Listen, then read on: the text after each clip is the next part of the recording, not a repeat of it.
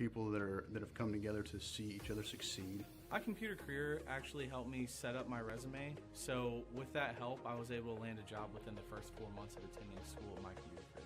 A few weeks before graduation, though, I landed my first job as a Tier 1 technician with a large insurance company. And 6 months later, I was actually working as a Tier 2 technician with a significant pay raise. And kind of like my first job, they were also very impressed that I had so many certifications. You have to look at what you want in life and where you're at. For me, my computer career was an easy choice because they offered me a better lifestyle that I really wanted, and it was the only place that would really give me that upper hand in life. The folks at My Computer Career are very caring. They really care about our success in the IT industry, not just with certifications, but also with finding a career and really being happy with that choice. I love that introduction. Hi, welcome everyone. Thank you so much for joining us for another episode of My Computer Careers Get Into IT Friday live show. We made it to Friday, folks. We did it. Another week is behind us. We'd love to see it. As always, we have somebody monitoring the comments. Today it's Aaron. So if you guys have any questions, feel free to submit those in the comments. We will see them. And of course, this stays up on our social. So if you have any questions, once the live show is completed, we will still see those and monitor those. But again, thank you for being here. This week, we are focused on supporting our nation's veterans and service members as they transition into meaningful civilian careers. And today's conversation is all about opportunity, the kind that shows up when preparation meets the right resources. And when we talk about resources for veterans, one name that always rises to the top is Recruit Military. And that's why we're so thrilled to be joined today by Garrett Reed, who's the Director of Recruiting and Experience at Recruit Military. Garrett brings a unique perspective. He works directly with both job seekers and employers to make those mission-critical career connections happen. Critical career connections happen. I'm happy I hit all those. So whether you're wondering if career fairs are still worth your time, curious how to stand out in a sea of resumes, or just looking to start strategies to start your job search strong, this episode is for you. But I also think if you're not a veteran, you will still get a lot from this because we have a great discussion lined up for you guys. I'm very excited. Garrett, so great to have you here. Thank you for taking time out of your Friday to talk to us about career fairs and helping veterans get their foot in the door. Yeah, thanks for having me, Patricia. Appreciate it. Yeah. So I don't have a bio here for you. Do you mind telling us about your role at Recruit Military? And for those that might be unfamiliar, what does Recruit Military do? Yeah, so it's pretty simple. What we do is we connect veterans, transitioning military spouses with employers. So with different career opportunities, career paths, kind of help play that matchmaker per se, really help, companies kind of hire military and use their values and use their backgrounds, unique backgrounds. That's it in a nutshell. My role, it's kind of twofold. So I've done a lot so for the director side, I've done a lot of like system implementation, fixing systems, and helping, kind of those things talk to each other and really show like different pieces of military background and kind of translate those over to the civilian sector within our system, as well as kind of like a little bit more on the veteran side. So it helps them speak a little bit more to their background. And then I also do on the placement services side. So I help a lot of companies hire military with direct placements. So whether it's a tough role they're trying to fill, so on and so forth, I kind of help facilitate that and coordinate and get those veterans into roles. So you're not busy at all? It's No, you're not wearing like 4 different hats. Okay. Easy day. Yeah. Well, that's great. And so you're doing really great work. That's super exciting to hear. And I really hope the people watching get a lot out of this discussion. I think you guys will. So again, appreciate your time here, Garrett. Let's, jump right into it. We're talking a little bit before we went live. We do a lot of testimonials with our students that go through My Computer Career. And there seems to be a common denominator of veterans who might be nervous about career fairs, but it does seem like a lot of them find My Computer Career through those career fairs. Mm-hmm. So from your experience, I guess I want to start off with what is one of the biggest misconceptions that veterans have about career fairs, and how can that hold them back from making those real connections? I would say probably one of the biggest misconceptions is people think that it's more just like handing out resumes and just having like a conversation to try to start a job today. You're doing a little bit more than, just giving a company your resume or just talking briefly about a specific job. You're building connections. I mean, ultimately, you're building relationships. You're networking. There may be an opportunity that's 6 months down the road that you have made a connection with someone at the career fair, or virtual event, and that's something that could be something you want to do later in life. Or maybe you didn't realize that you wanted to do. Like, those are opportunities where you're kind of building that network. And I think a lot of people are very specific or very like, oh, I'm looking for a job today, or I'm struggling and I need to find something like right now, where yes, that does happen, but that's not necessarily the ultimate goal. Best way to put it. Interesting. Yeah. Because that's actually probably a misconception that I had as well, is I guess I didn't realize what exactly were the steps at some of these career fairs. And I mean, networking is a huge thing as well, that there seems to be a disconnect there. Not just, again, this is not one that is not specific to veterans. It does seem like there is some misconceptions about career fairs. So that does make a lot of sense. I love that. Yeah. So when a veteran walks into did you have something to say? Sorry, I cut you off. Nope. Go ahead. When a veteran walks into a recruit military career fair, or any career fair, what should they bring? What mindset sets them up for that success? Sure, absolutely. So, I mean, the normal, right? You're going to bring a polished resume, right? Yeah. I would say several copies of that. So, because what you don't want to run into is running out of trying to give that out to you. So if somebody's asking, you run into that scenario where you run out, you can always email it, but it's nice to have a hard copy so they can see that you took the time and took the effort to put into it. Another suggestion is it may be a notebook, or for a lot of people are using their phones now to kind of take notes. But just so you can keep track of, okay, I've talked to this person about this opportunity, or these little small notes about companies that you do speak with, or even opportunities, education wise, that you speak with as well.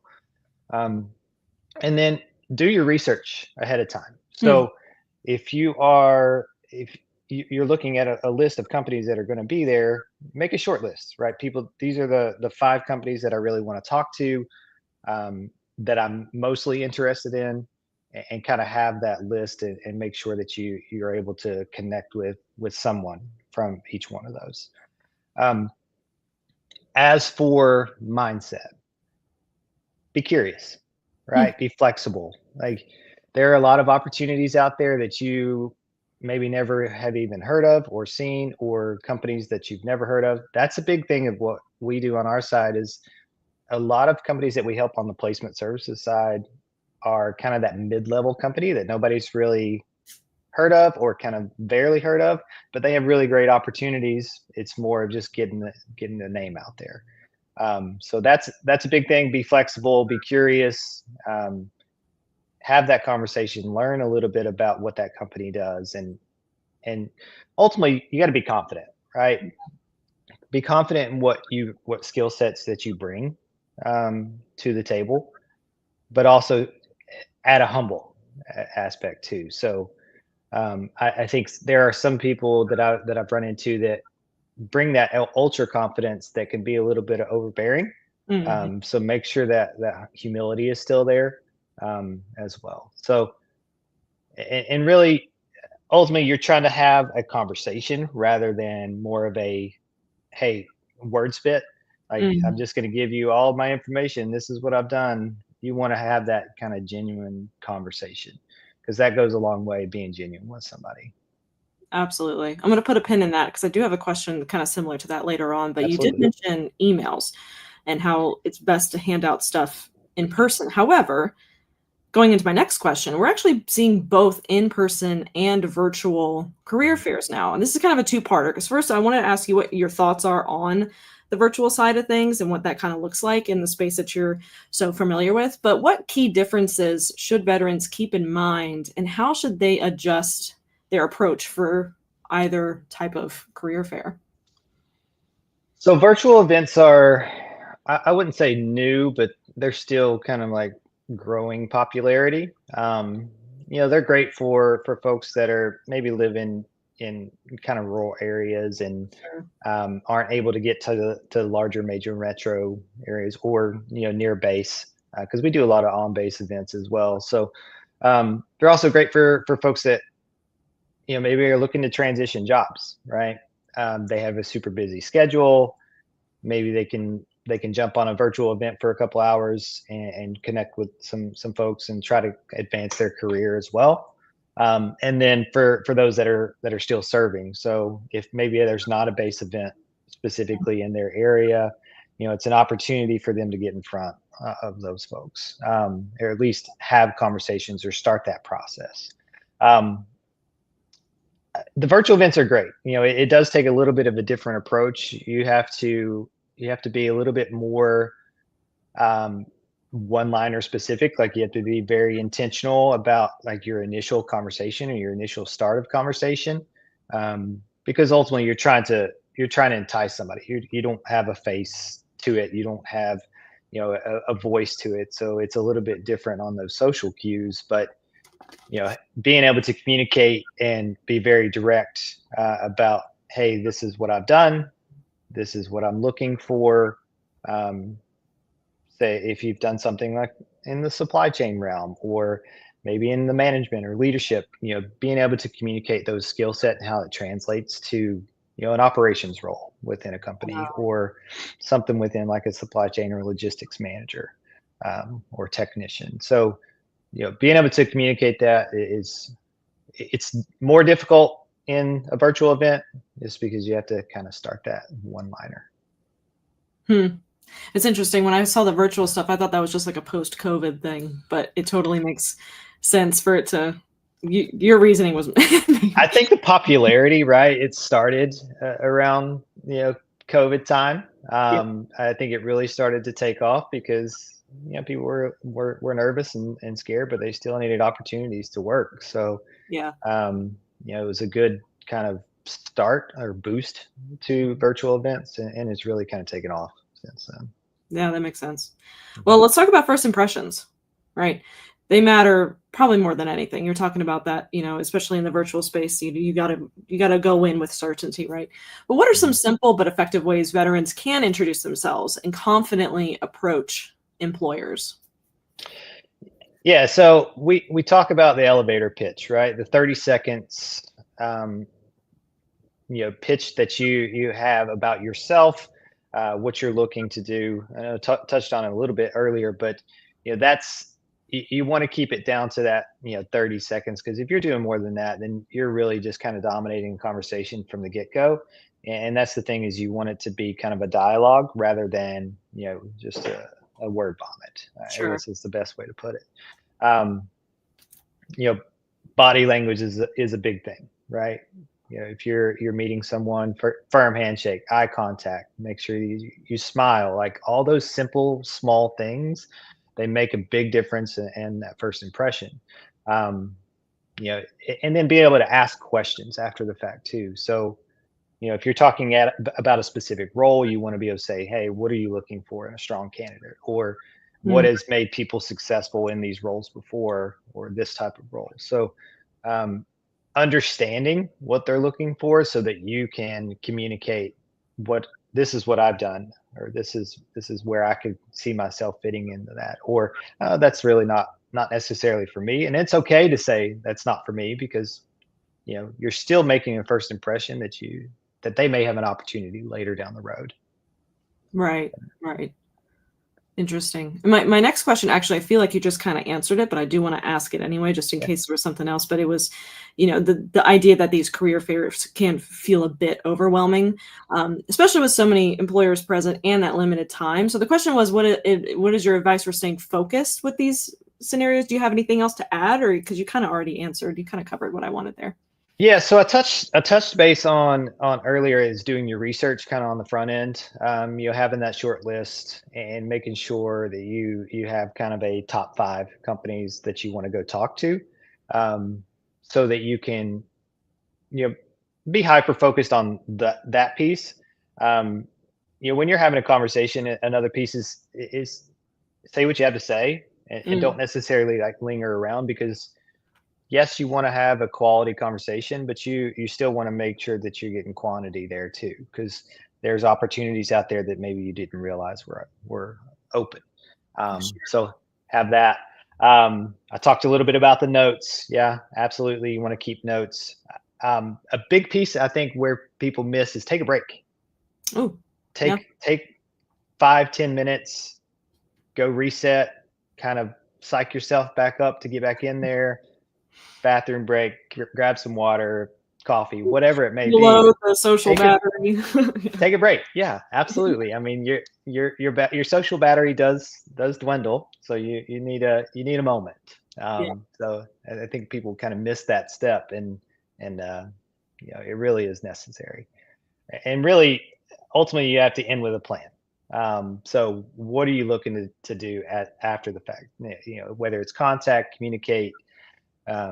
We can touch a little bit about follow up.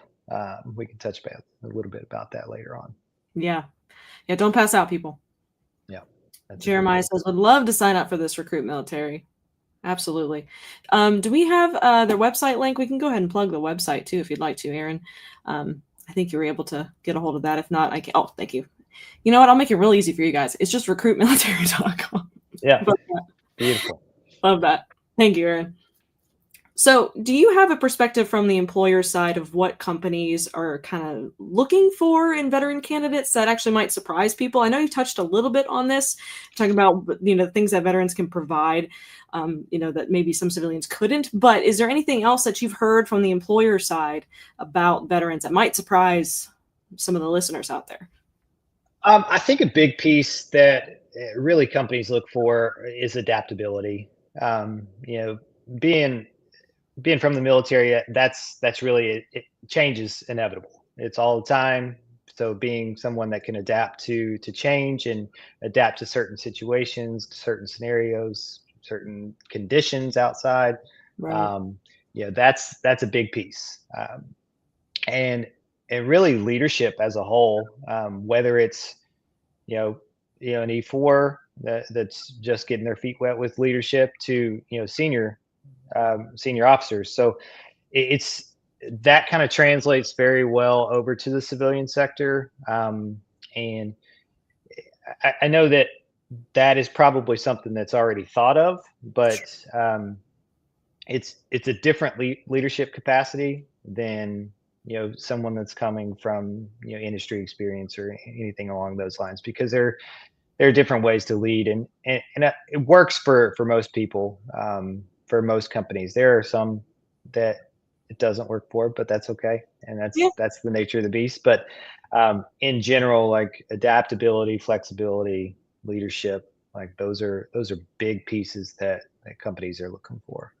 Totally makes sense. And again, this is speaking to everybody here as well. Absolutely. And I'm gonna back to what we put a pin in earlier. Now we're gonna go back to potentially coming on potentially too strong. I'm not saying that's necessarily always a problem, but there is something is a little too pushy, too strong, right? And I want to talk about when the event is over, right? And how important is it to follow up?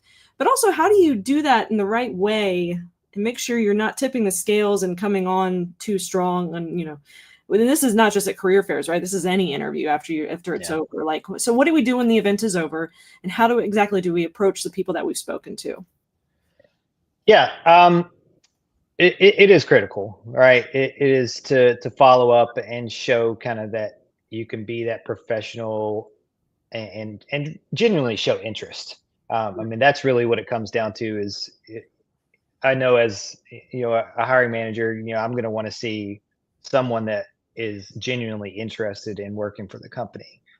So when I don't hear from them or haven't seen any communication, and then I try to follow up, it's like, are they truly interested at that point? With that being said, 24 to 48 hours is when you want to follow up, a day or two, but keep it short, right? You don't need to send them a 3-paragraph novel of, hey, why you're interested, why you're a really good fit for this role, or enjoy the conversation. Keep it very simple, be very specific. Say, I enjoyed our conversation on XYZ. looking forward to potentially having future conversations or potentially working together in the future. It's Okay. very, very straightforward opportunity there. Doesn't have to be long and super detailed. Too long, didn't read. That's a lot of people say. You're If right. the email's too long, they're not going to read it. Well, you've also already done all that, right? At the career Right. fair. Like you've already, talked about yourself and they know what they need to know, right? Sure. Okay. Absolutely. 24 to 48 hours. I think I've definitely been a little too pushy at times, or like right after the interview. I'm like, Yeah. thanks. Hey, Thank you so much. That was great. Appreciate it. Yeah, absolutely. They're probably like, whoa, okay. Yeah, 24-hour is fine. I mean, I would say if it's a very ultra competitive position that they are looking to hire for right then, that can break the scenario. But in general, yeah, it's a good rule of thumb, that 24 to 48 hours. All right, folks. You heard that. 24 to 48 hours. Okay. It's good advice. Thank you so much for that. I'm also learning stuff here, guys. I'm also taking notes for future reference. So for service members who are maybe still a few months out from separating or transitioning, like, they're still in the military, how early should they start attending career fairs? And how should their goals or whatnot, or their approach for these conversations differ, if at all? Yeah, I mean, it's definitely a different conversation from somebody that's available now versus someone that's available next year. I would say a good rule of thumb for attending events is anywhere from that 6 months to 12-month window. It's you want to start getting your feet wet. You want to start having conversations. You want to start, honestly, like you want to start failing in conversations, because that's a big piece is having those conversations, know what goes well, what doesn't go well, so that the next conversation can be better. And that's a big thing I want to point out too, is you're having a conversation, say you absolutely botch it, right? You're having a employee conversation or an employer conversation, and you really mess it up. You're like, I fumbled over my words. I couldn't talk about what my experience was. The good thing is the next conversation you have, they know nothing about, right? They don't know that you messed that one up. They don't know that you couldn't talk about what your experience was. So take that with a grain of salt, go get the next one, like go get it. But yeah, that 6 month to 12-month window is a good way to kind of start getting your name out there. And like I said before, is you don't know, there may be an opportunity that 6 months down the road, you started the networking prior to, and now you're available, in 6 months, and that's a perfect opportunity for you. Right. They might remember you better if you botched it too. You never know. It's possible. Yeah. It's definitely possible. Well, yeah, that's the girl that really couldn't get a sentence out. Yeah, I remember her. Yeah. You never know. It's definitely possible. I mean, personality is a big thing. It's true. It's true. Rick, I see you. Thank you so much for hanging out as always. And Rick is saying thank you, Garrett, to you as well for taking the time to speak with us. Appreciate that. Absolutely. We are all grateful over here. Rick is our live show frequent flyer. We always appreciate him. Yeah. Rick, if you have any career fair stories, I can't remember if you did or not, please tell us in the comments. I think you did. I can't remember if I'm wrong on that. So you actually hit on military spouses kind of earlier in the conversation. Let's bring it back to them. Okay. They face unique job challenges, right? And what support does Recruit Military offer specifically for them? And how can they make the most of career fairs as well? Yeah, so our events are open to military spouses as well, and dependents. And it's very interesting because the spouses kind of have a lot of similar adaptability, flexibility skill sets that a lot of companies are looking for and kind of are focused on. So with that being said, it's, there's flexible roles out there. There's remote roles. There's opportunities for spouses that can use that mindset or that skill set for companies, because they do have to bounce around from place to place while their significant others are in the military or moving from location to location. So we definitely offer that ability to attend events as well as utilize our job board as for opportunities there. So the only thing for our placement side of the house, it's primarily for the military folks, which is unfortunate, but that is what we do for now. But yeah, it's another thing. Be confident as a military spouse. Be confident, be intentional. You know what you know, and you don't know what you don't know. Type opportunity. So show that you have that flexibility. Show that you can manage a household. You can manage your work-life balance while the spouse is gone, because a lot of them are basically project managers while their spouse is deployed. Right. And that's a big piece. So be able to talk about that is nice. That's good. And Rick is saying he loves Recruit Military. Thank you, Rick. Getting all the hearts. Love it. All right. It's my last question. If a veteran remembers just one thing from our entire conversation today, what do you hope it is? A lot of pressure. Yeah. I would say that you're more qualified than you think. You have more to offer than just what your MOS is or just what your NEC is in the military. So that's a big piece. And I would say you're not alone, right? You're not alone in the process. Everybody is kind of dealing with the same newness of transitioning or changing jobs. So like I was mentioning before, you mess up, like on to the next one. Right. Don't harp on it. Everybody has opportunities out there that they're given, and sometimes we fail and sometimes we thrive and succeed, and just because of small failures doesn't mean that we're not going to thrive in the future. Right. Yep. I love that. Mm-hmm. That was a good half-hour conversation. So well said, of course. Is there anything I missed? Oh man.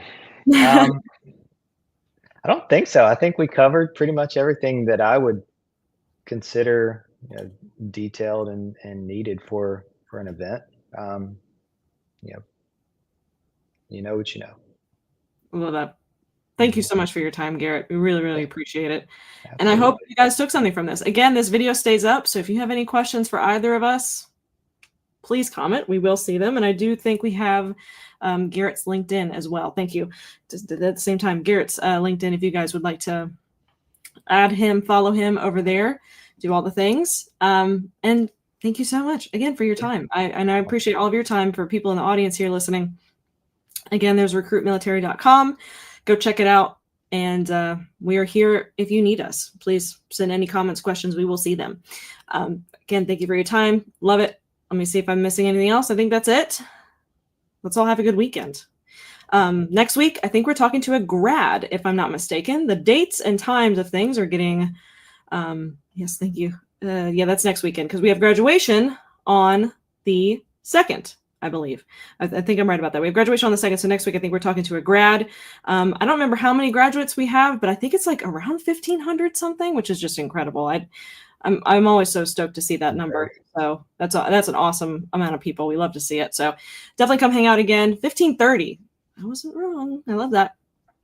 Come hang out again next week. We would love to see you guys. Garrett, if you don't mind hanging out while I end the live, and we'll chat with you after this is over just a bit. But thank you again, and I will see you all very soon.